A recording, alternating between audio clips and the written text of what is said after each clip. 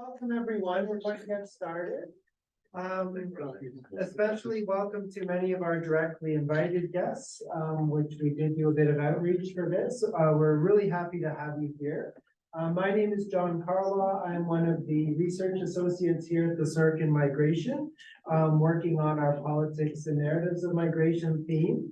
My colleague and co-convener of this event, Dr. Zhuang, you'll hear from her in a couple of minutes, is the director of the Toronto Metropolitan Centre for Immigration and Settlement, and she's going to introduce our speakers and the TMCIS, who are the co-hosts for this event today.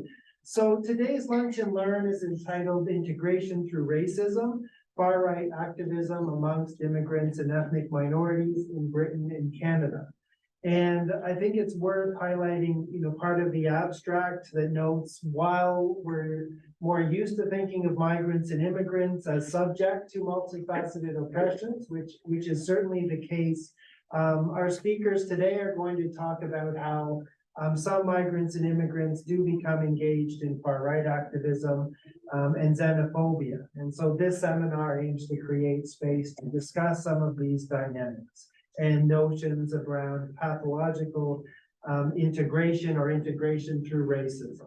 And so I think these are questions really that invite us to have a critical understanding of integration and what that may mean and its pathologies, and I think particularly in the context of colonial and settler colonial states like Britain and Canada, including how their mainstream may interact with the far right in more ways than sometimes we would hope to admit. And I think this is worth actually tying in with alongside of our land acknowledgement. So it's important to acknowledge that TMU and the city of Toronto itself are located within the Dish-with-One-Spoon territory, and it's a treaty between the Anishinaabe, Mississaugas, and Haudenosaunee people that bound them to share the territory and protect the land, and that subsequent arrivals, those of us here, are invited into this treaty in the spirit of peace, friendship, and respect. Unfortunately, and maybe this is where some of the pathological integration comes in, is that frequently the Canadian state, violates the sense of this treaty, as we're often reminded, in Patrick Wolf's words, settler colonialism is a structure rather than an event. And so I think I would really encourage you here at TMU, we have the Indigenous-led Yellow Hit Institute that provides an Indigenous perspective on these issues and alternatives to settler colonialism. And I would encourage you to read their work that amplifies Indigenous voices and provides alternatives to settler colonialism. And one of their most recent analyses actually involves our current citizenship guide, which was supposed to be changed since 2015. And they have an analysis of the erasures and veneration of colonial plunder and exploration that remains present in that guide, which I think we need to remember that we're not keeping many of the promises that we have made. And they also regularly evaluate Canada's commitment to implementing the Truth and Reconciliation recommendations. To return directly to our panel, features remarks by three scholars who've traveled a great distance from London Met University to speak to us. In terms of how the event's going to work, we have our two co-chairs, myself and Jochymek, with the online assistance of our other co-chair, Jessica Zhuang, who will collect and synthesize the questions from the online chat. So for those of you joining us online, we actually encourage you to enter your questions early and often so that by the time we get to the conversation part of the event, we can have the questions already collected rather than waiting to pause at the end for you to formulate those questions. So our agenda has this introduction, approximately 1 hour presentation by our visiting scholars, and then we hope a good 25 minutes or so of discussion. The food is going to arrive right after the event, and we're also not going to chase you from the room when it concludes. So we invite you to stick around for some, more informal networking and conversation after over pizza and coffee. And I'd just like to thank Mansi Nandarada, our event and operations coordinator, as well as Claire Ellis from CERC and Jessica, all of whose efforts made this event possible for today. And over to you.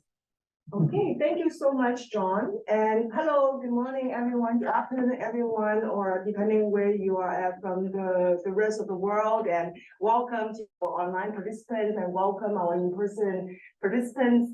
Thank you for making the time to join us. I'm Zhixi Zhuang, Associate Professor at the School for Urban and Regional Planning at TMU, also Academic Director of the Toronto Metropolitan Center for Immigration and Settlement.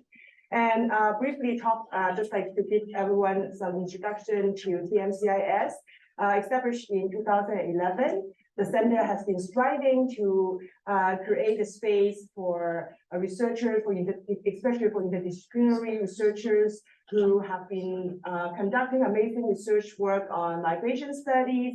We are creating this space for knowledge creation, sharing, exchange, as well as dissemination. So it's our main priority to promote researchers' work and also to promote any collaboration, partnership to support the further exploration of migration studies. And we host the lunch and learn events such as this one. We also have the publication series like the working paper, research brief, and we are also highlighting the achievement of our researchers. So if you are interested to contribute to our lunch and learn event or the working paper series, the publication series, and feel free to reach out to me or Jessica, and we are the small team, but we are working closely and we are looking forward to working with scholars, especially in this area related to migration studies. It's great pleasure to welcome our esteemed visitors from London Metropolitan University, Dr. Michał Garapich. He's an anthropologist, professor at LMU. He researched and wrote extensively on migration from Poland, homelessness, Polish Roma, urban squatters, diaspora, nationalism, and intimate and ethnography, conducting fieldwork in Britain, Poland, Ukraine, Italy, and Peru. He's now leading an Economic and Social Research Council funded project on transnational far right. Dr. Anna Jochymek is an ethnographer, artist, completed her PhD at the University of Arts, Poznan, in affiliation with Slade UCL London. She's now the ESRC postdoctoral associate at LMU. Dr. Rafał Soborski is professor of international politics at Richmond University and senior research fellow at London Metropolitan University. He has taught and published extensively on ideology, social movements, globalization, and the far right. He's the author of 2 books, Ideology in a Global Age, Continuity and Change, published by Palgrave, and Ideology and the Future of Progressive Social Movements, published by Rowland. Warm welcome to TMU, to Canada, and we are looking forward to your presentations. So now the floor is yours. Okay, thank you very much, Gigi. Thank you much, John. Thank you all for coming. In particular, thank you for making this happen, Anna, for inviting us. In particular, also thank you for generous hour time allowance. So it's an hour for us to talk about what we're doing at the moment. Broadly speaking, it's a transnational or ethnography for transnational far right. So in an hour, we'll talk about what it is, what do we do, but it's early stages, early days. There are 2 projects involved in that. So one is a big one.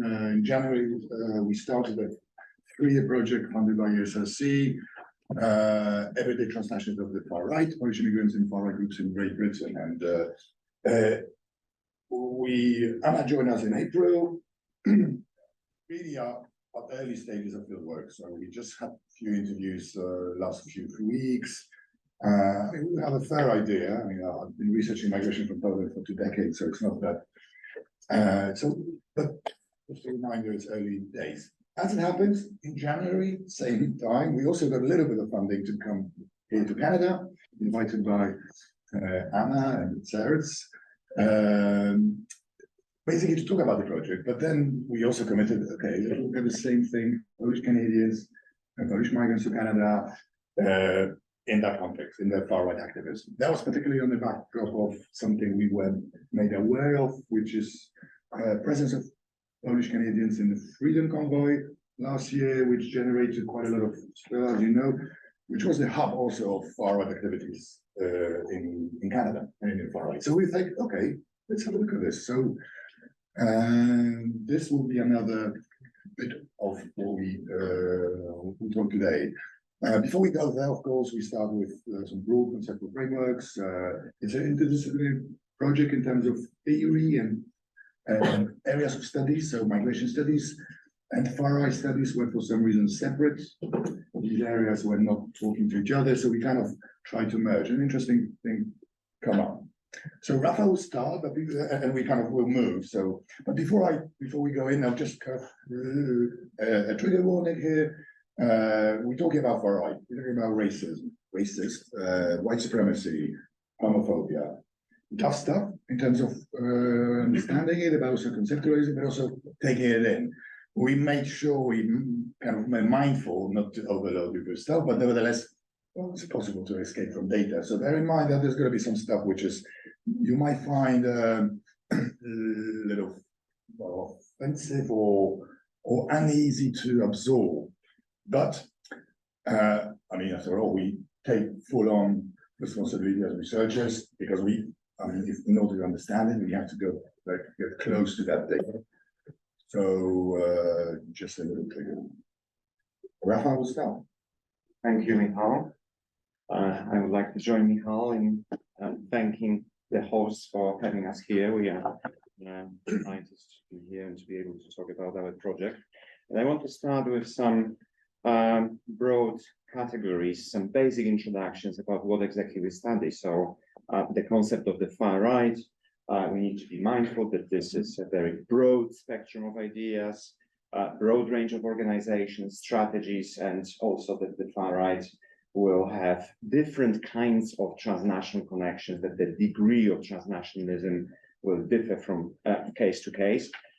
So it's a broad and diverse church, but still actors within the far right, ideological positions within the far right converge on certain issues. And from our perspective, the most important convergence there is their broad agreement on how they understand mobility, how they see migration, how they approach diversity, obviously in highly negative light. Scholars tend to distinguish between the radical right and the extreme right under this broad umbrella of the far right.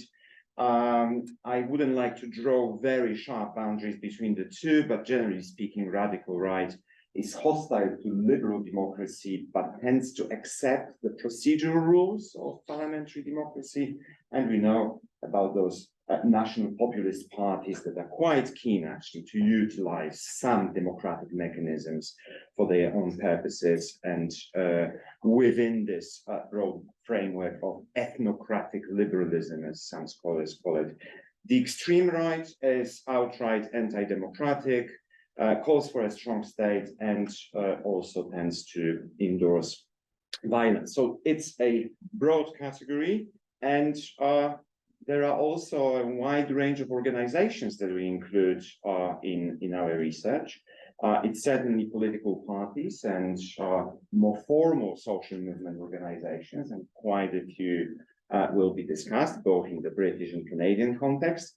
But it's also the so-called rhizomatic far right. The concept derives from the work of Roger Griffin. So it's this political and ideological subculture that might be visualized a bit like this plant or like a root system of grass, where different so-called groupuscules, those non-hierarchical, leaderless, polycentric movements that have extremely fluid boundaries, interact, intertwine, break down in a highly unpredictable manner. Each of them may be very small, in terms of the number of people involved and ephemeral, but together they tend to reinforce one another, and they are, well, quite adapted to the purpose of spreading extremism.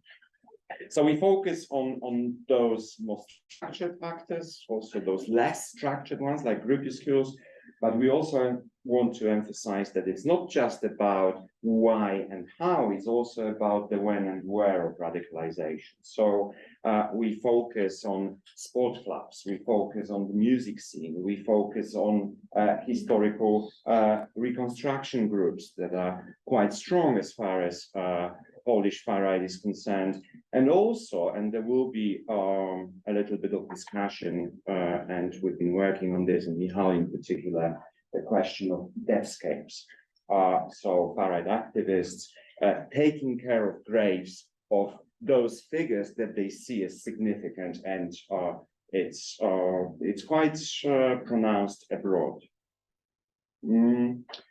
Now, my contribution to this project mainly revolves around political ideology. That's not to say that we draw rigid boundaries between our areas of activity, but that's my expertise. We approach ideology from a neutral perspective, so it's not a Marxist critical approach to ideology. We see any system of political beliefs as being ideological, so in a way we need to study the far right in the same way as one would study liberalism or socialism, regardless of our personal ethical evaluations of those systems of political beliefs. And within this broad neutral perspective on ideology, we analyze it from a historical perspective, we analyze its functions, and we also examine its semantic implications. So you have Clifford Geertz's definition at the top of the slide, ideology as this matrix for the creation of collective conscience. And I think this just explains why we need to talk about ideologies when speaking of social movement mobilizations on the right as well as the left. And then from a semantic perspective, the leading scholar of ideology, Michael Frieden, talking about ideologies as those constellations of concepts wherein no concept acquires its meaning in isolation from others. It's rather through the interactions of concepts that they get their meaning and that they communicate certain messages. And well, I won't be talking much about this, but Frieden distinguishes between core concepts, those concepts that you will find in any instance of a given ideological tradition. So in the case of the far right, this would be a belief in fundamental human inequality, for instance. And then adjacent concepts that are a bit more specific, that articulate those core concepts in a more concrete way. And then peripheral concepts where political thought interacts with practice, policy interacts with practice. Now, what's important is that political ideologies are in constant flux, they fluctuate, they change. And ideology scholars have appreciated this. There is a lot of studies, of course, about how conservatism has developed. They also change depending on a specific location. But scholarship of ideology is still under the spell of methodological nationalism. So it's mainly country-focused studies, or at best comparisons between, let's say, British conservatism and French conservatism. What we want to contribute is this emphasis on transnational connections. So what happens with a given cluster of political ideas when they get carried to a new location by migrants, right? How, let's say, Polish far-right ideologies get enacted, get articulated in the British or the Canadian context. We are very mindful of the fact that ideologies are rarely these days articulated in a way that perhaps they were in the past, in terms of, you know, sophisticated political arguments put forward by political philosophers, or in the form of coherent party manifestos. Increasingly, it's highly ephemeral ideological communication that dominates, with those emotive forms, sound bites, or what some scholars call ideolonoids. And hence we need to use appropriate tools. So we rely on Weber's ideal types, but also Wittgenstein's family resemblances or his rope metaphor, right? Wittgenstein, these are his words, talked about the rope as consisting of fibers, but getting its strength not from the fact that one fiber runs from one end to another. And likewise, ideologies consist of concepts, but it's not one interpretation, one concept that runs through an entire ideological family. So when thinking about the far right, or when thinking about any other ideological cluster, we focus more on those overlapping characteristics, and we look at how they hang together, rather than trying to essentialize ideologies and looking for exactly the same set of concepts. And I mentioned those forms of ideological articulation. It's political argument that tended to be the focus of ideology scholars, but our focus is equally, or perhaps even more so, on political myths, and that's because the far right has been extremely skillful in this production of political myths. Is a definition from Christopher Flatt, leading scholar of political myths. Well, what I think is enough to say is that political myth to ideology is what sacred myth is to theology. In a way, it anchors ideology in history, in experience, it demonstrates by empirical example. In other words, it makes ideology more vivid, right? But it's a narrative that carries a system of values associated with a given ideology and invites potential followers to assent to this particular view. So I very briefly highlight here some main Polish nationalist myths. There is huge literature on Polish nationalist mythology. I'm not going to be explaining them, we'll be illustrating these with our empirical examples, the messianic myth being this overarching myth, and then the idea of Poles as defenders against enemies, both enemies within and enemies outside. Of course, the two are always linked. The idea of this horizontal blood and soil community where national identity transcends any other type of identity, especially class identity.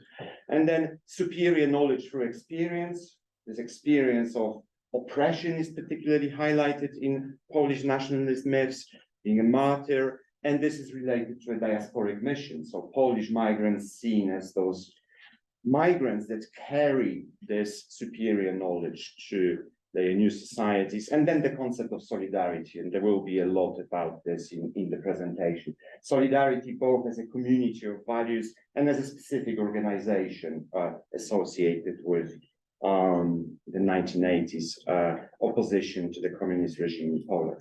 Now, those Polish nationalist myths have been reproduced transnationally, and one occasion for this is the Independence March held in Warsaw on 11th of November each year, the anniversary of Poland regaining independence in 1918. It's the largest nationalist demonstration in the European Union. It's a hub and a model for European extremism, and it's also a space for reproduction of ideologies, rituals, and myths. And you see a few names here, perhaps a familiar face in the right bottom part of the slides, Stéphane Molyneux, reporting from Warsaw. He's a regular guest, as are some other activists from Britain and elsewhere that we'll mention. And then Polish nationalist myths have also gained very powerful articulators. Here you see Donald Trump and parts of his European address. For his first European address, he chose Warsaw rather than Brussels, Berlin, or Paris. And here he's speaking in front of the statue commemorating the Warsaw Uprising, right? And clearly you see this Poland epitomized as the defender of freedom, country, and God. So really the far right ideology reproduced by him. And I mentioned, well, Michał will turn over now. Before we go into kind of context and concrete stuff, We bring in the whole huge body of scholarship on migration, migrants, mobilization, nationalism, diasporas, etc. And it's too complex, too broad to now refer to. But a few things I want to highlight. That first of all, transnational far right very rarely researched. We didn't find much really. Historically, the volume on transnational far right political violence, it appeared just last year. It's really about organizations. So, for example, neo-Nazi group in Germany in the 70s, linking up with Palestinian groups or Italian far right linking with English. In terms of migrants engaged there, not much. And it is interesting because at the same time, there's quite a lot about diaspora radicalization, about radical diasporas, and this is mainly because focus on radicalized diasporas was on racialized communities, and mainly Islamic communities. Post 9/11, of course, there was a main attention, which meant that white minorities were falling under the radar, politically and academically, unfortunately. Although there's a huge body of scholarship around things that Anderson called long-distance nationalism. And I'll say a few things here, but because it was a very, very influential concept still today, I use it quite often. But then when you read carefully, you realize actually Anderson treats this diasporas in isolation from its local context. It's more about home politics, what's happening in that home country, and then the links with diasporas. Diasporas are kind of not, they almost hanging in the void without relations. So, for example, Canadian Poles without linked with Canada, so with that kind of relation to Canada. Interestingly, actually, this paper highlights Toronto as one of the hubs of long-distance nationalism, published 30 years ago. I wrote a little bit about this in context of diaspora nationalism, pointing that we actually, when we talk about diaspora radicalizing, we need to look at more home politics. Yes, that brings ammunition, political, symbolic, but the local context and especially racial multicultural environment does play a huge role. This is what we explore further. For some of you, it might be very familiar territory. It's the transnationalism integration nexus question.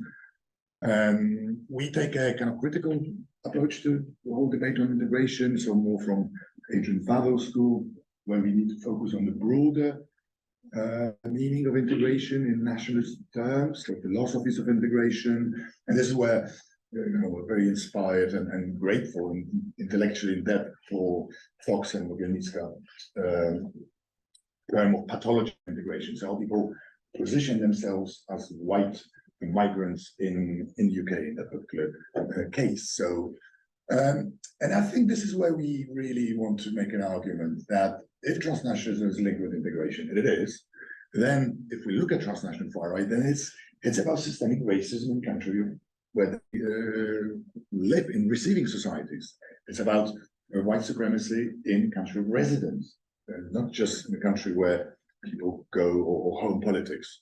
So transnational far actors find a fertile ground in receiving society. So it's not about transplantation of ideas one directionally, it's about these ideas finding audience, capital, and political oxygen. In a way, it's familiar territory, of course, for everyone who is writing or thinking about nationalisms. Nationalisms, despite people, some hoping that it's gone, it's still around and it's growing in strength because it's very adaptable. It's very flexible to new contexts, and pandemic being the recent example of re-emerging of certain nationalist tropes in the new dress. But in essence, I think the other angle we look at and we emphasize is the whole discourse and literature on race and whiteness and Eastern Europe. And I think this is where we are really, our contribution should be, and it will be on kind of reminding and pointing that we need to look at higher use of whiteness, and whiteness as this kind of disposition of people that use politically in certain political moments. Hunter and Westhuizen point very kind of point, very important point there, that the current political climate forces whiteness to reveal itself because moving from invisible supremacy, so whiteness, invisible, so powerful, able to racialize others, suddenly are visible, and that means political claims to certain resources, of course. However, we look also at Eastern European migrants, which kind of complicates things. It's Eastern European nationals and its relation with the West and with its colonial dimension, Eastern nationalism, and people somehow white but not quite, as some wrote. So their whiteness needs to be proven, needs to be kind of emphasized in a new context. And I'm of an old school of Frederick Barth, where this is our familiar territory of boundary constructions mechanisms. So we look at where and how these boundaries are constructed. And this is where my kind of thing around descapes comes in. I'll talk a little bit about it later on, but in essence, the definition is that social spaces that links fundamentals. They link cultural with the social, political, personal fundamentals and absolutes. So life, death, nature, culture, individual, collective, history, present, past, but mainly of your death space, as you can imagine, are linked with the dead. So how the dead talk to us. And in death studies, there's a kind of recurring theme about agency of the dead. And I think this is what we need to look at. They are also very useful spaces for organizing rituals. So they are very important. So around whether death or burial, but also commemoration and memory work, and how we reproduce certain myth ideas and things that are linking people together and reproducible nationalist myths. So now we have this set scene, then we move a little bit forward to look at how we do things. This is a delicate territory ethnographically, and Anna will talk a little bit about methods and also ethics. So as you could already see, our project represents an interdisciplinary approach, and we moved away from external analysis. It is important to highlight it because it's not common to undertake research in far right using ethnographic methods, as it causes the whole situation to become a bit more complex, and we will present some of those challenges in a moment. So we obviously follow our current as well as historical narratives and political arguments, and this includes accessing both primary and secondary data, and we analyze closely all visual accessible data.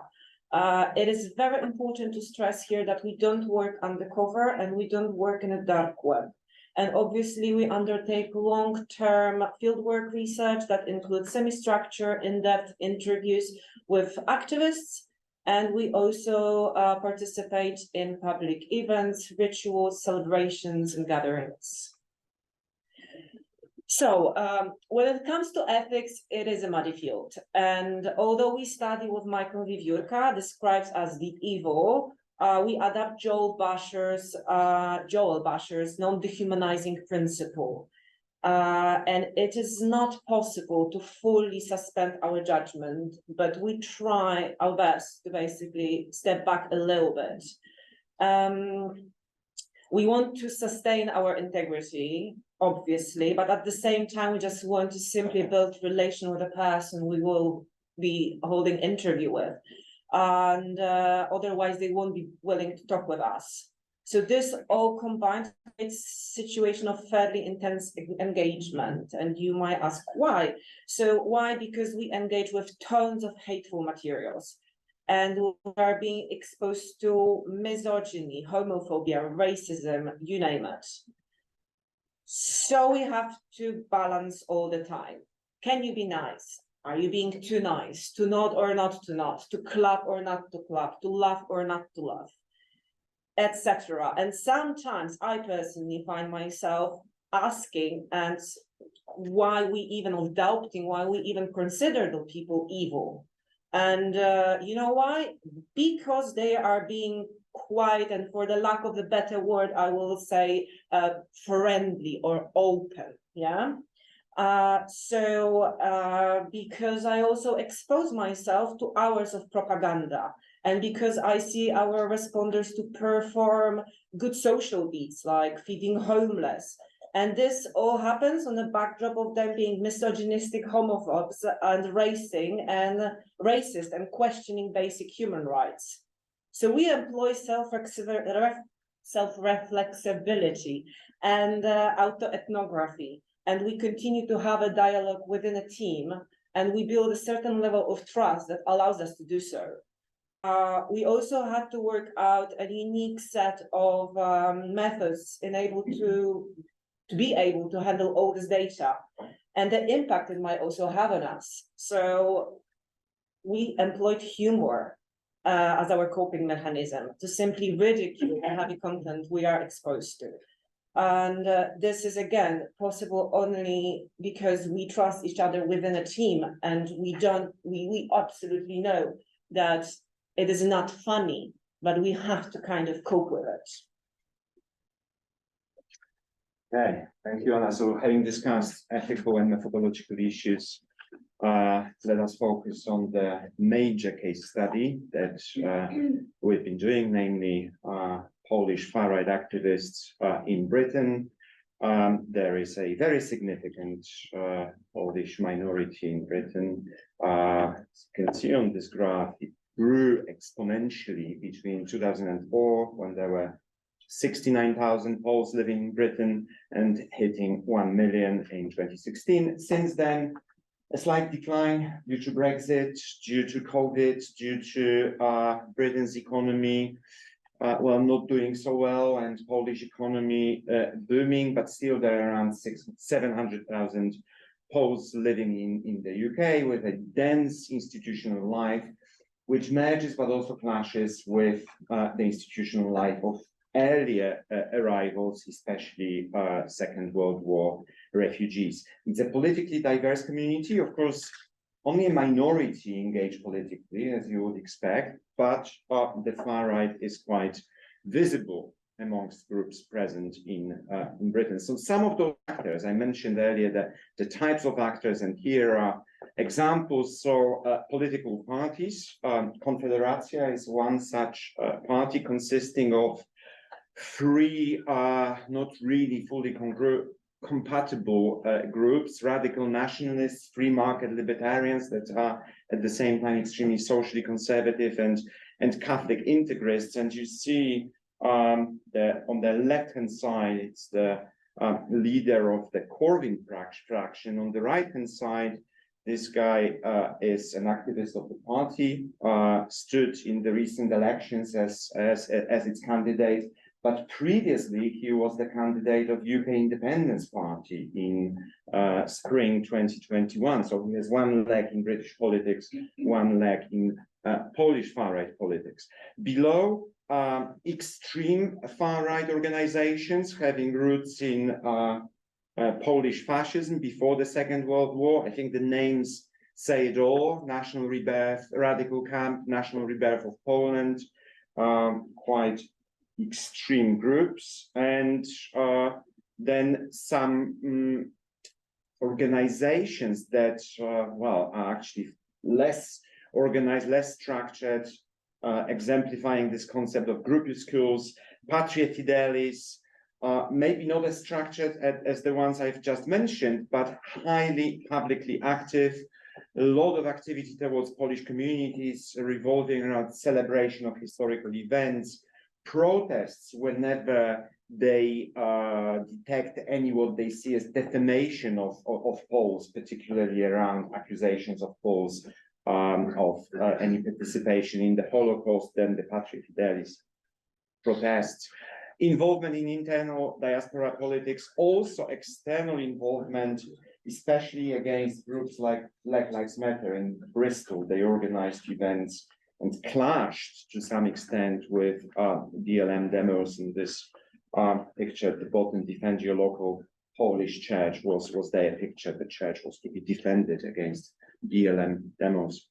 And then some other groups that are now non-active, but some of them moved towards this, how to call it, association, a field of political activity that revolves around deathscapes. So defenders of Polish graves, and Michał will talk about this later. Some of these organizations cooperate formally. There is this declaration of cooperation on the slide, but not National Rebirth of Poland, which is far too extreme to go together with the others. There are some non-obvious edge cases of the far right that we are interested in. We've only started looking at them, so we are not yet sure what exactly we'll find, but Warriors of Mary is an interesting case of a transnational Catholic brotherhood that originated in Poland, but is highly active in the UK.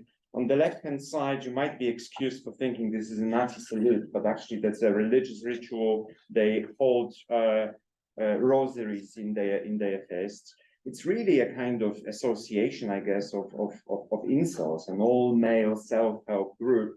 Extremely, these are all pictures from Britain. And on the right-hand side is their poster from Putney in London.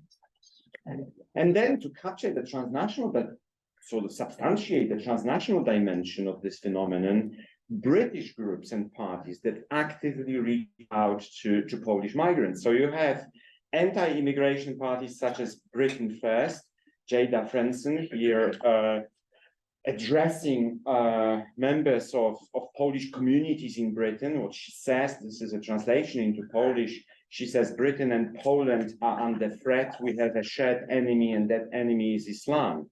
This raised quite a few brows in Britain, an anti-immigration party trying to recruit immigrants, a specific group of immigrants. And then Tommy Robinson, you may be familiar with him. He's a transnational far-right celebrity and reports, I believe, every year from this independence march that I mentioned earlier, and again contributes to the reproduction of those Polish nationalist myths. Below is the picture from a demo by English Defence League. He was the leader of the organization for a period of time, and it had a Polish branch. Again, on the left-hand side, Sebastian Ross from the Konfederacja Party here as a candidate for UKIP, as I mentioned earlier, but also Tories, the most right-wing Tories, try to flirt with Polish communities, try to attract them. Polish state, until now, for the last 8 years at least, has been a very significant actor, of course, because of its source of prestige and funding. We'll see what's going to happen now with a change of the ruling party in Poland. It again invests in reproduction of those national political myths. See a picture of a far-right, members of a far-right organization together with a Polish ambassador, this guy with red tie, and a Polish Second World War veteran. They pay a lot of attention to establishing those links between contemporary current arrivals or post-2004 arrivals and post-Second World War refugees. And you can see the British mainstream media really raising alarm about Polish embassy funding far-right speakers in the UK. There have also been some individuals that have been convicted of terrorist-related offenses. Not going to explain who they are, but it's interesting to note that they may have been radicalized by Polish groups, like this guy on the left-hand side. He claims that the main influence over him was this Konfederacja party that I mentioned earlier, but the others have been radicalized by transnational far-right groups, not Polish ones. I will now give voice to Michał, who's an expert in this area of activity. We already mentioned DevScopes quite a few times, and I'm kind of wondering now, I can talk about this for hours, but this slide is really a teaser because we have a working paper on long-distance hemato-nationalism and hemato from blood, basically. It is really on the back of the campaign, one of the funders of far-right organization, Patria Fidelis, Jerzy Byczyński, organized in response to pre-Brexit tensions and attacks on Eastern Europeans. And there was a lot of commotion on other immigrant groups, other EU citizens who were working, a few millions of them, around class, around occupations they do, etc. But It's a longer story. In a sense, essentially, he came up with this idea, okay, let's not kind of be that's what he says. Let's not be confrontational, let's give blood. And he came up with this Polish blood campaign, which is, I mean, if symbolic level, you cannot go deep in symbolism, Polish nationalism and Polish blood, right? It's a like white Christian European male. It's a supercharged culture campaign.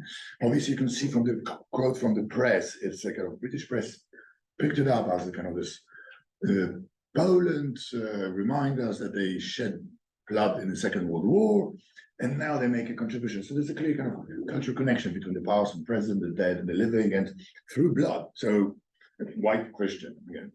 Again, I don't want to spoil that because that's a working paper which we will be happy to distribute and looking for your feedback on this. However, we should go to Canada now. And that's a quick jump, I know, but we'll end up with some wrap up and conclusions, so don't worry. Right, there's a significant literature on Polish Canadians, 100 or more than 100 years of settlements, migration, and I'm aware that I don't want to kind of it's not an overview of Polish Canadians. We just kind of look at really fragments of some things, some processes, some communities, but in a nutshell, broadly speaking, we're talking about 3 cohorts, or kind of, never mind, I mean, Second World War as well, and then the solidarity wave in the 80s. The census shows 1 million Polish Canadians, or Canadians claiming Polish heritage, but it's a fraction of only that take part in diasporic activities, in parishes and schools, etc. One of our interviewees says, well, only 3% take active part, but it's a normal thing really among minorities, that only small minority take active part. The important thing is that the generation of the 80s, this is a very important cohort which we're going to talk about, because they kind of they reproduce kind of form organization of the Second World War cohort with its Second World War symbolism and politicization and anti-communist ethos. But also they were the last significant numerically generated cohort. After the early 90s, then there was a drop. Numerous numbers, we haven't got too deep into that, but the numbers basically drop, which means decline in participation, decline in formal networks of diasporic associations. We actually went to Roncesvalles a few days ago, which in the 80s was this Polish hub. And there are some remnants, a few parishes, the famous credit union, Polish bank.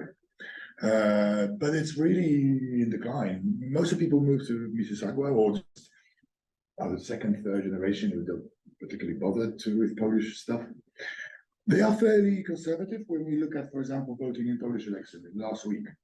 I think Canada, for the first time, they overpassed Polish Americans, who were very conservative and always voted for Polish far-right or right-wing populists. And nowadays, it's kind of flood Canadians kind of took over. Now, the last point is something that we came across because we talked to a former member or activist of white supremacists in Toronto, in Canada, non-Polish, Canadian, who told us about this phenomena of late 90s, early 2000s of Polish immigrants or newcomers who were very active in white supremacist, white power, really violent people around music scene and white supremacists, essentially, then taking over almost the Hammerskins group, which is another white power, transnational group.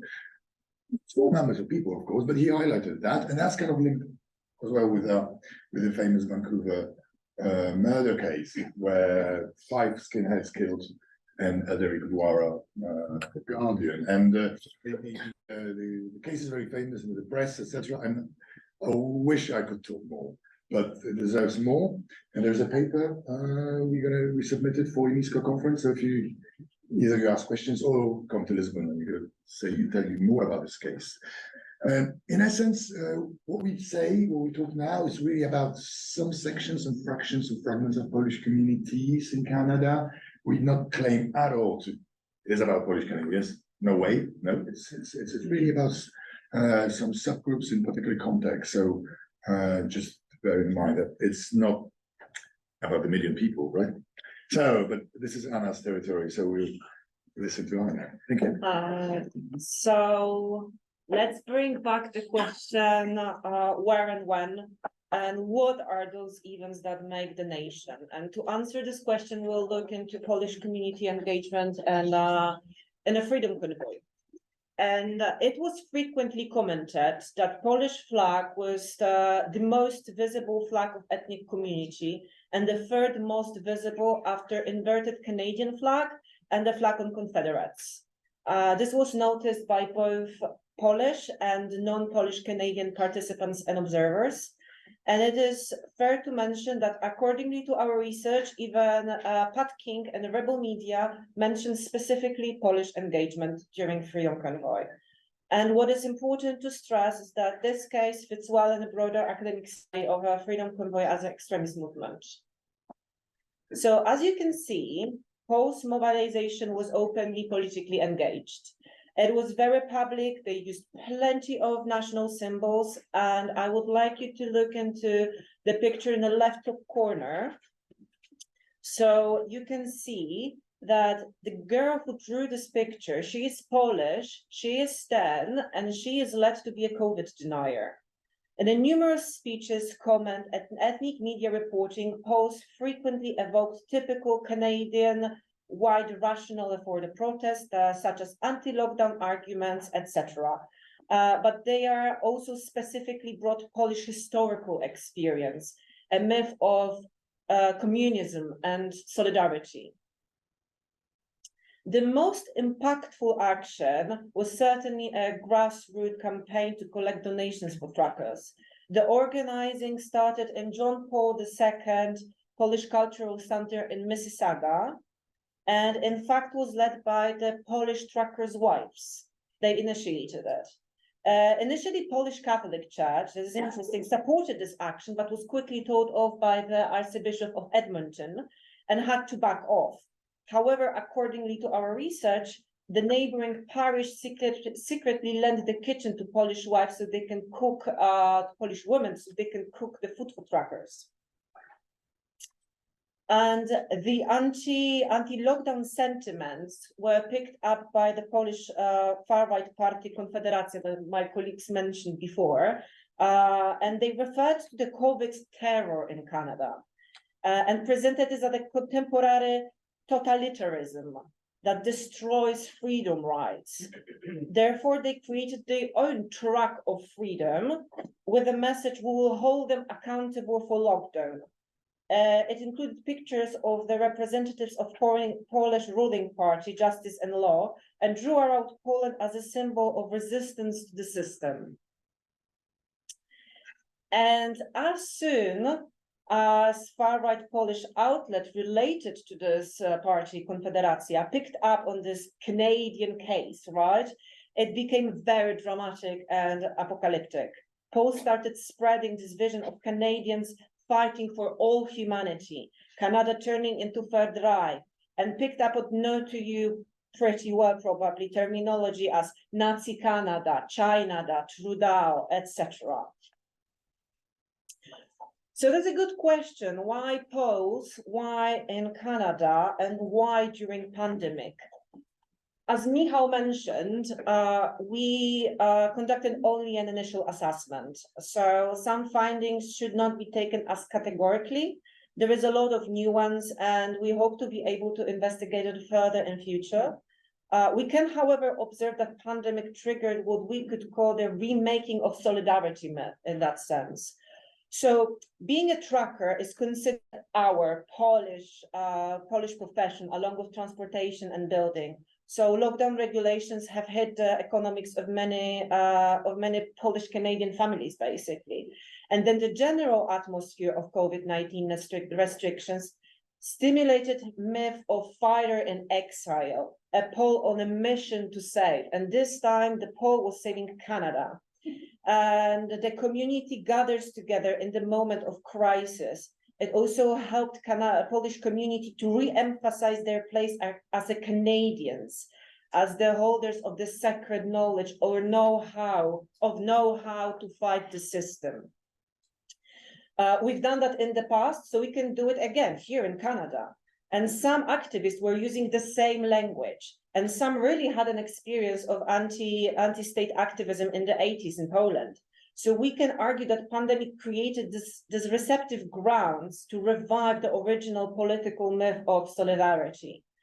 And due to a lack of new migration wave, we can also observe something like a demographic and institutional decline of the community. No fresh blood from Poland makes it difficult to transmit traditional values.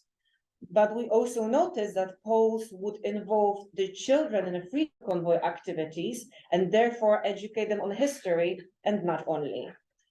We also observe the leadership crisis in the diasporic networks. Polish Canadians see themselves as a diaspora with less power than the ones they often compare them to, that are Ukrainian or Jewish Canadians. Hence anti-Semitism and anti-Ukrainian sentiments. By taking part in Freedom Convoy, they could evoke the political myth of solidarity because it was their thing to do.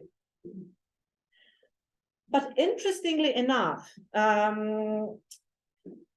pandemic politics brought into the light another figure, that is evangelical preacher Artur Pawłowski, that migrated to Canada in mid-90s and also represent the same migration wave to the Polish community, to the part of the Polish community I analyzed in the previous slides. And for the rest, of the talk, I will refer to this wave accordingly to how they describe themselves. That is solidarity wave.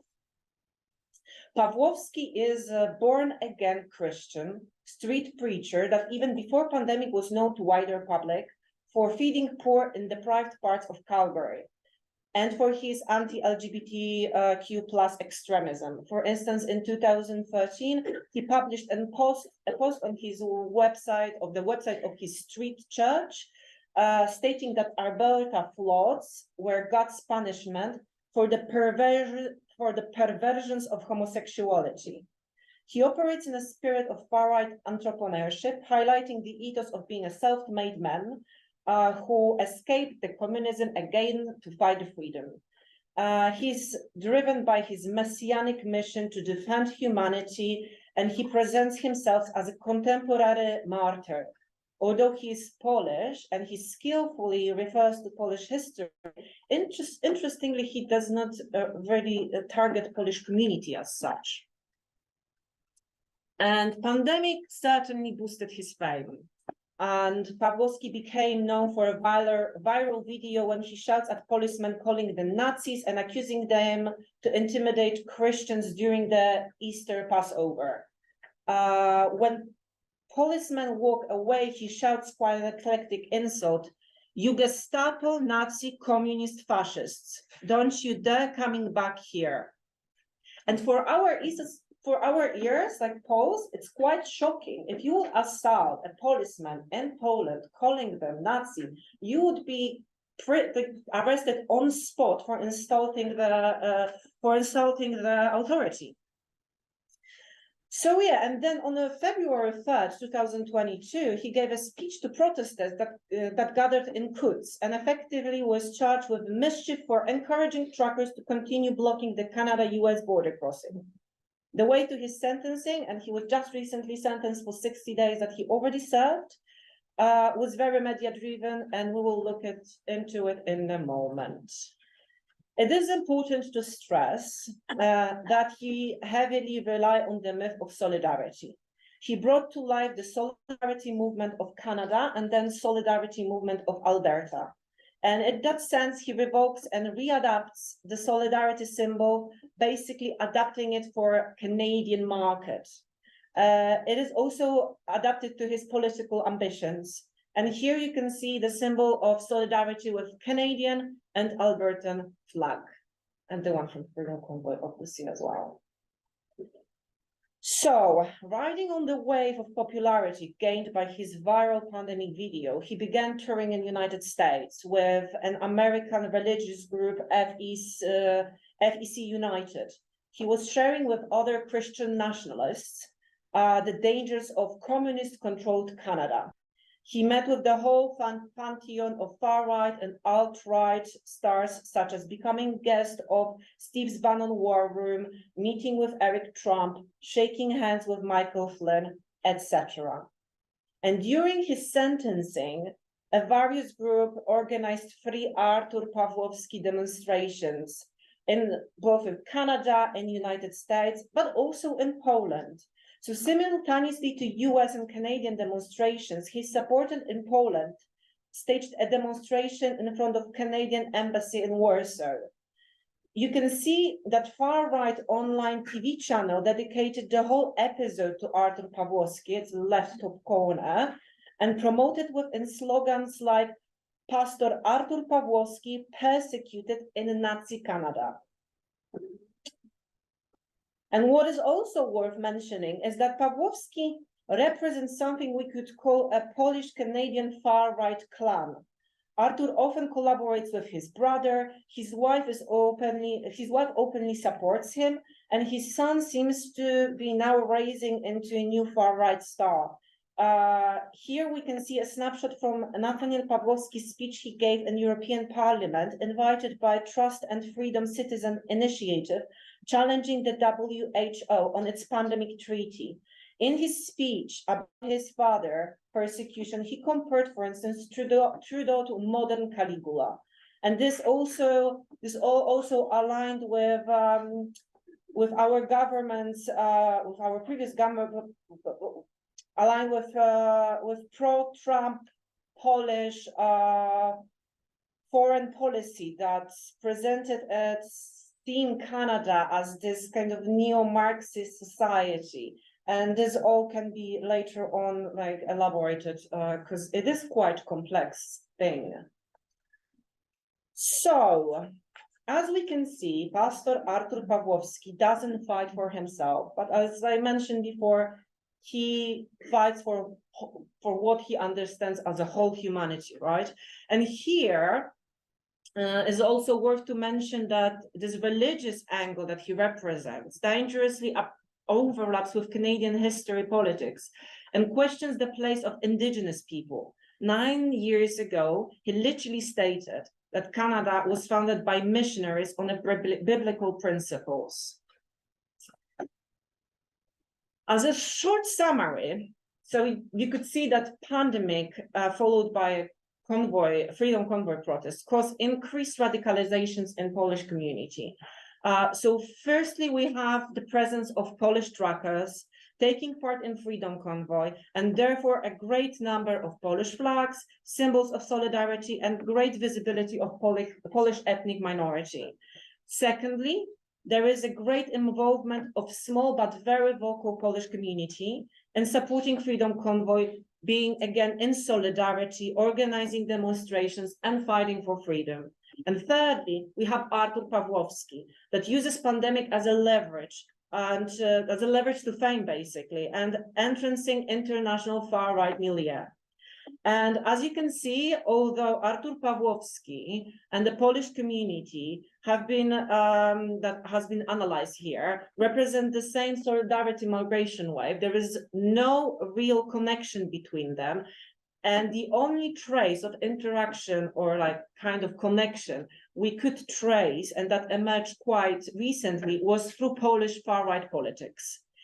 And there is another part that my colleague Michał will discuss. Okay, thank you. And this is really the last point in terms of Canada before we move to conclusions. Is you probably wonder, talk about Polish nationalism, where's Catholicism, where's the kind of inseparable element of Polish nationalism, Polish Catholic Church. And it's a longer story there, but I just want to raise that one of the most probably influential Polish priests after Wojtyła, Tadeusz Rydzyk, politically influential, is if we could guess here. And along with Grzegorz Braun, another Confederacja member, Catholic integrists, very, very right-wing, some very weird views. But Rydzyk is a frequent guest to Canada, and his influence, his preaching was kind of highlighted to Canadian Catholic Church and politicians, and his activities were kind of impeded, stopped. Basically, what it came into public attention that he's basically there and he's spreading he's very famous for his anti-Semitism and xenophobia and strongly homophobic views. However, I want to kind of highlight the picture on the left, which is a YouTube screenshot from a sermon that one of the priests in Toronto, right? Yes. Toronto, yes, did about the mass graves of residential schools for indigenous children. And he's in denial. Moreover, he's mocking. It's too long to kind of describe the whole nuances he's doing there. But he moves from denialism of both participating in the Holocaust, so from Jedwabne, from the famous case, to denying that there is something like children mass graves in residential schools. So making that connection, which is about telling his congregates, Polish Canadians in Polish, that we are under attack again, and not from Jews, but from others, lefties, Marxists. That's why we need to defend, because attacking Catholic Church is attacking Polishness in a sense. And he talks the story that he goes to one of the residential schools to investigate, to inspect, etc. He's being hampered by the elders, and there is a moment where he talks about, here I stand, white men, and these Indians are around me. Very kind of, it's like reading a 19th century novel, basically. But I mean, this also came to the attention of the Canadian Catholic Church. These guys got suspended, who knows where they are now. But I mean, this is a kind of discourse, Catholic discourse we're dealing with. Okay, so this is it. How to make sense of all this we just told you. Britain, as you probably know, and it's an early stage, early days, work in progress, diverse array of groups taking to different people and differently can position itself. In Canada, we told you about the communities or networks of communities in organization and demographic crisis. So the reproduction of the myth, it's strengthened internal cohesion. It's something that we can do. Remember, the lady said, if we can do this, then we need to be strong. So it's like a position of weakness. I think it's very important to emphasize that it's not a transplanted idea of nationalism, etc. It's their adaptation. It's finding a fertile ground, which reveals whiteness and systemic racism in UK, in Canada. Obviously, there's a lot of transnational alignments, political ideological interests there, and various actors, states, parties, etc. But I want to point to the fact that diaspora catalyzation happens as institutional reproduction in that case. Role of diaspora engagement policies, role of descaves, of course. It's very important that land is a physical thing, it's a soil that you can take control over temporarily, ritually, but it's our land, it's our grave. It's not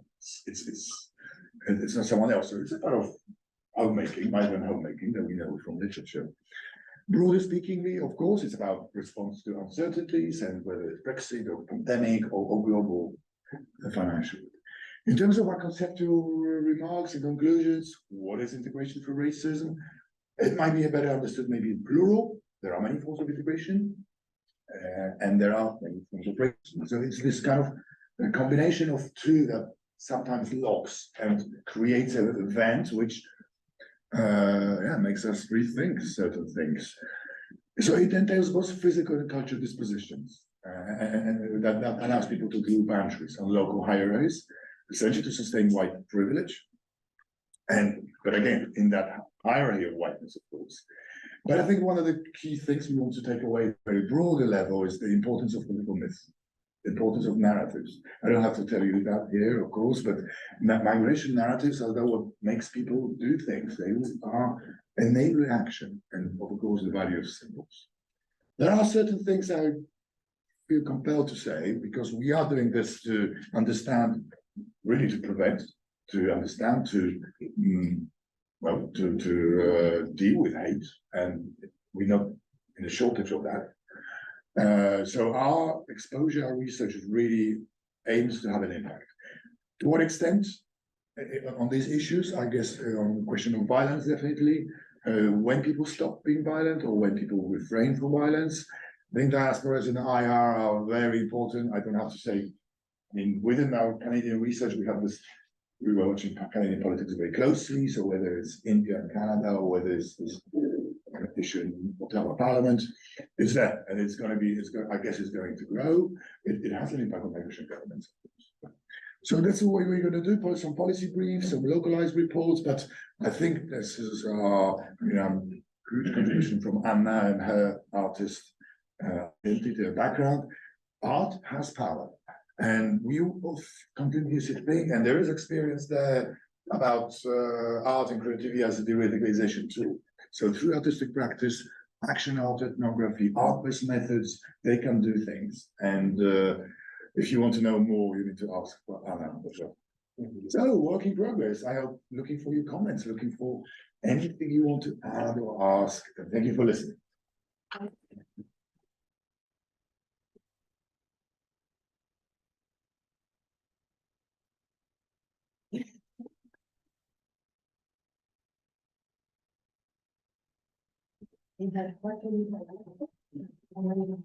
Okay, so just thank you first just for a very conceptually rich presentation and really very wide-ranging discussion amongst multiple contexts. It's quite remarkable, the scope that you brought to this project at this point, and including dynamics, Britain, Canada, but also bringing in connections to the US politics, and really a dystopic and fascinating cast of characters really that you introduced us to. Yeah, a lot going on there. I think we've already got quite a few questions, which I think we'll start with.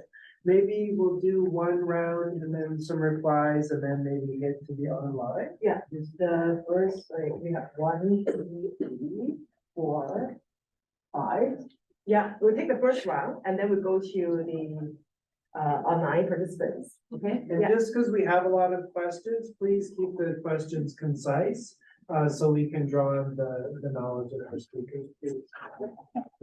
Thank you very much for the presentation. I was particularly intrigued by the concept of pathological integration, which you developed very analytically.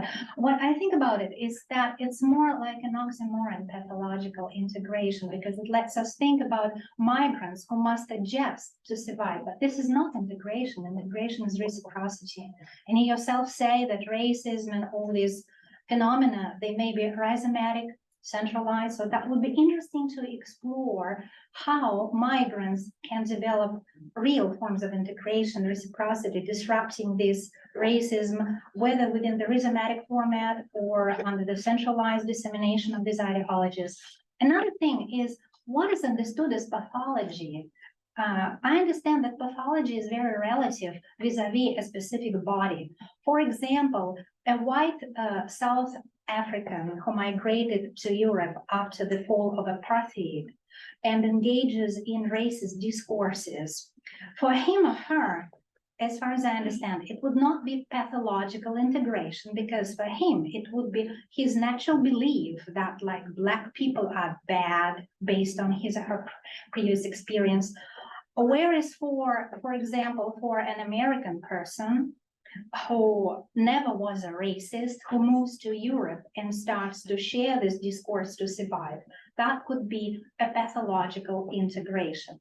And the same, like if you see Russian migrants moving to the West, some of them who participate in anti-Putin discourses may engage in authentic forms of integration if they disagree with Putin and with Z campaign.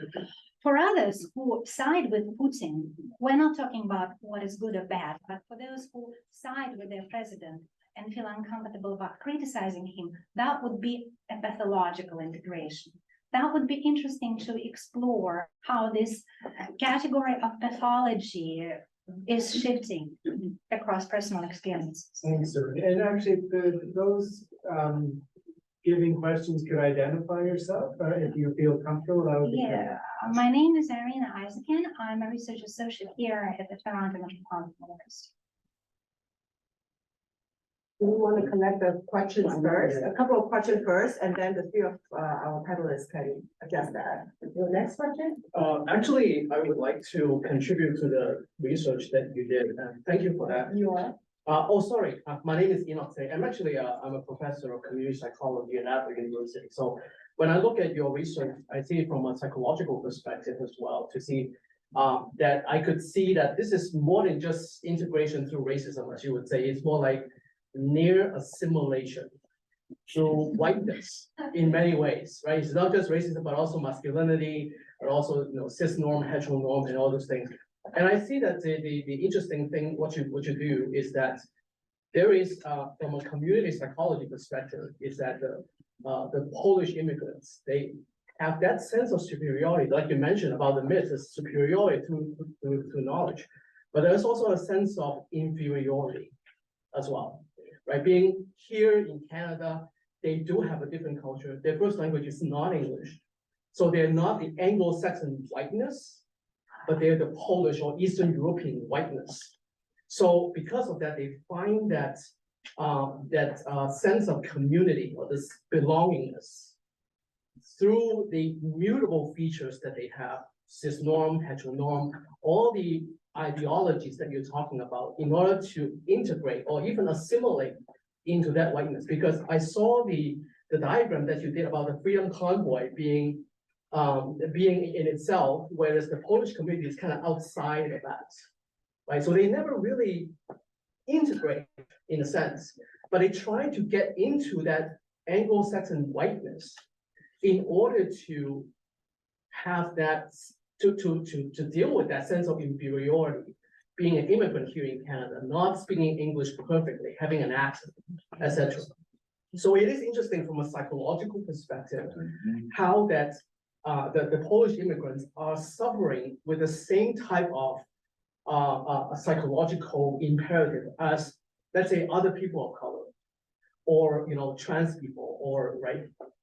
So that's basically what I wanted to, we can talk about that afterwards. Yeah, absolutely. Thank Yeah, you. we do have, there will be time to interact with the panelists afterwards. So please, you know, brief, quick questions for the audience, and then if we can have some of the longer conversations over lunch and after. Is there one or two more questions? Yeah, thank you. Was really rich and probably I missed some parts. So sorry, first of all, because also I'm not an expert in the field. I have studied political participation, not the formal one. I had just two quick questions. Did you discover any kind of connection among these transnational far right, you called it the families? I mean, not only related to Poland, migrants in Canada, or something at a wider level that is going to be like more structured, that shares values, myths, practices, or aims to reach this structure at a wider geographical level. Organizations. Yes, in informal, like not political parties, but at a more informal level. Is it clear? Yeah. This is the first one. And the second one, can you, if there is time on, otherwise I will skip that, elaborate a little bit if you have seen a transformation in relation to needs related to nationalism or the Cold War and after the independence? Because I know I see a lot of similarities in relation to other countries. Thank you. The one in the front and the one in the back. Thank you. So just to make it quick, there's so much to say. Thank you. I learned a lot. And, it's a very far-ranging presentation. To follow up on some of the things that were said before, and thank you for mentioning my work. I wrote a book called White But Not White, which kind of articulates, although not in psychological things, what the gentleman there had said. And I do feel that your work would improve if you problematize both integration and race. You know, because I agree, it's not that these people are integrated. It's if it's pathological integration, it's the desire to integrate, but the integration has not happened. And so I would also focus on why it has not happened, a little more on the experience, negative experiences of hostility experienced by Polish migrants, for example, in the UK. And probably in Canada, it would be interesting to do the same kind of research that you might have mentioned by Kasia Narkowicz in Britain, and also by Alina Zhitnikowska, who have studied how Polish migrants describe their experience and the ambiguity of being white and trying to use that as sort of capital to promote yourself, but also actually recognizing similarities with people who are not white and struggling with it. Very quick second question is other diasporas from the area, from Central Europe, tend to vote for the more liberal parties. In fact, quite decisively so, if we talk about diasporas in the West. And I was wondering if you have any thoughts on why the Polish diaspora doesn't do that. Or it's only in Canada that you said the US, they're also very conservative. I was referring to Polish elections in Poland. You referred to elections in. I'm referring to the Polish election, Okay. which I understood that the diasporic vote would be conservative. Whereas the Czech or Slovak or Hungarian vote, they're overwhelmingly more progressive and liberal. I don't know if you have anything. Last question, briefly, please. Hi, I'm Vidana Jolo. I'm assistant prof of sociology at UT. And I study immigration politics and right-wing politics in particular. So thank you for this really eye-opening talk. I just had two really quick questions. One is, I haven't read the Fox and Mugulivnik article. If you could just explain how you're differentiating yourself from their term, pathological integration versus integration through racism. I didn't quite catch sort of, is it this kind of centering of racism and white supremacy in particular? The second question was if you could talk about maybe differences between the three sites, and maybe the Polish site might not be quite a fair comparison, but maybe if you could talk about sort of, how the Polish diaspora in Canada versus the UK, what differences, or what preliminary differences are you seeing, if any?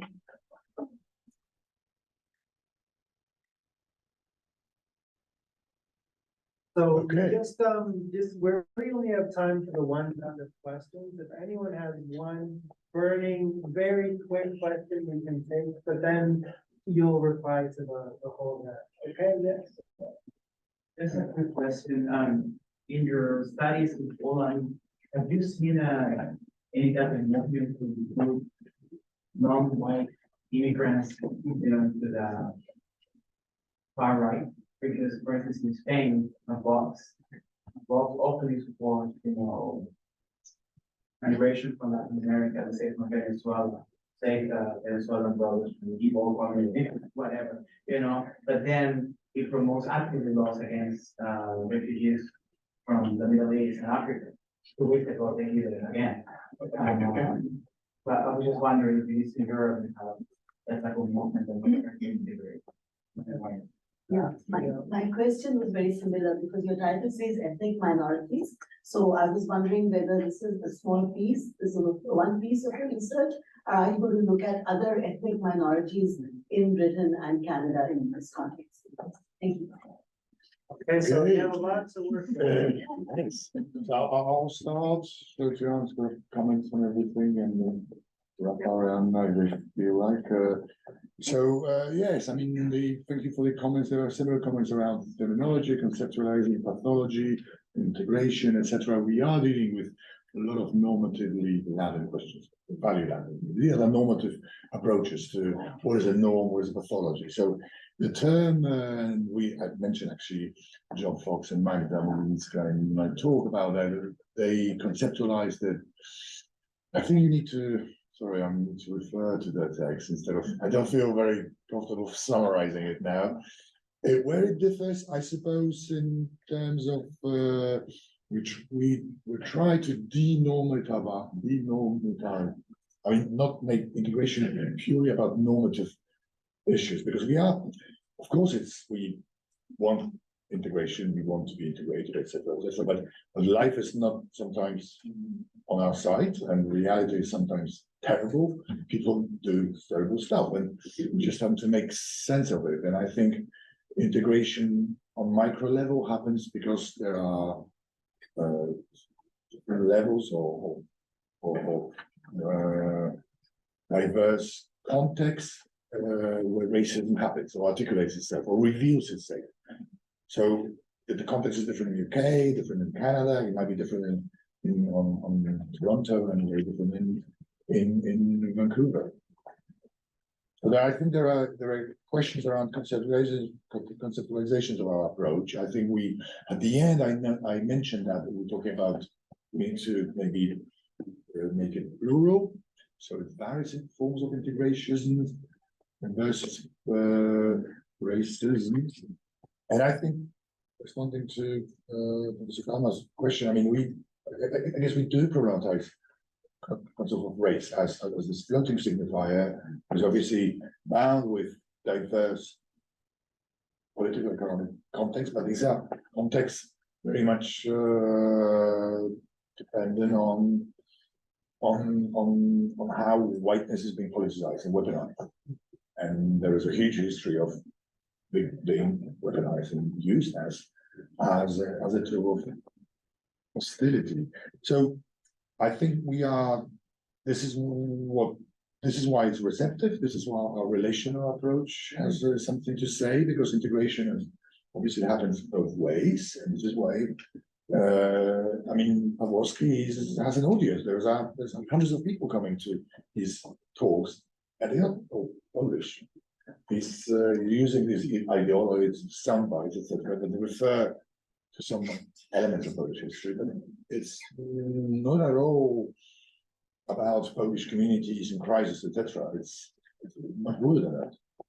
So I think I managed to, I hope to kind of tease on several questions about that conceptual thing. And thank you. I mean, this is a work in progress in that sense. We are definitely going to elaborate a little bit more about this. I think the comment that is maybe more about sort of assimilation to race. Again, that would leave the hierarchies of whiteness outside the picture, and there are whites in plural. I think also a question there about work of other scholars, especially in UK. Is very familiar with that. I also kind of contribute there, and it's kind of. I think our approach is that I've met a lot of white Eastern European migrants who are describing their experience with diversity in racist terms, or mild or strong, etc. But this is people who are acting politically upon their views. They're doing a step forward. They want to change things. They organize events. They want to influence. They kind of act upon this. So I think this is the also answer to your question about formal organizations. I mean, there is work done on we mentioned Agnieszka Pasieka, who works on, for example, ONR or these extreme far right groups linking with Italian and Austrian and Hungary. They meet in Warsaw, and then they go to their countries and they exchange emails, right? And we are looking at something different. So people who are living or are spatially oriented who suddenly become active. And I think the informal question is the important one, because a lot of these networks are very informal. If I could step in, there is a lot of this cooperation and exchange. So Jada Friends traveling to Poland, being hosted there by this former priest who really represents, I guess, ideology of National Socialism, and being welcomed by crowds, nationalist crowds there. And so we mentioned this TV show publicizing the case of Pawłowski and the demonstrations in front of Canada's embassy. So but it's often highly opportunistic. It often revolves around just individual far-right celebrities rather than extremely structured cooperation. And if I may, regarding your second question, if I understood correctly, you asked about post-Cold War changes, right, in attitudes. Well, I think Polish far right during the Cold War tended to see the Soviet Union and communism as a major enemy. And I think this to some extent persists in the conceptual repertoire in Canada, not so much in Britain. Following the end of the Cold War, Polish far right caught up with trends in the so-called nouvelle droite, new right in Europe, particularly French, where the discourse of identities shifted upwards from the national level to the civilizational level. So they identify as, you know, belonging to this higher civilization. Doesn't have to be Christian. In some corners it's paganism that's emphasized, and then Christianity is seen as this beginning of what they see a hopeless journey towards liberalism and Marxism, but it's now on the civilizational level of Europe defined in quite a centralized way versus especially Islam, but also against America. And then this brings me perhaps to this question of whether there are any attempts to engage non-white migrants. I can't say about the specific organizations that we've been studying, but the party that has been in charge in Poland for the last 8 years was definitely making a lot of efforts to bring in the Filipinos and the Nepalese, and to avoid bringing any migrants who might be Muslim. And they clearly saw that they needed migrants to occupy positions in the expanding labor market, but they were very clear about this selectiveness.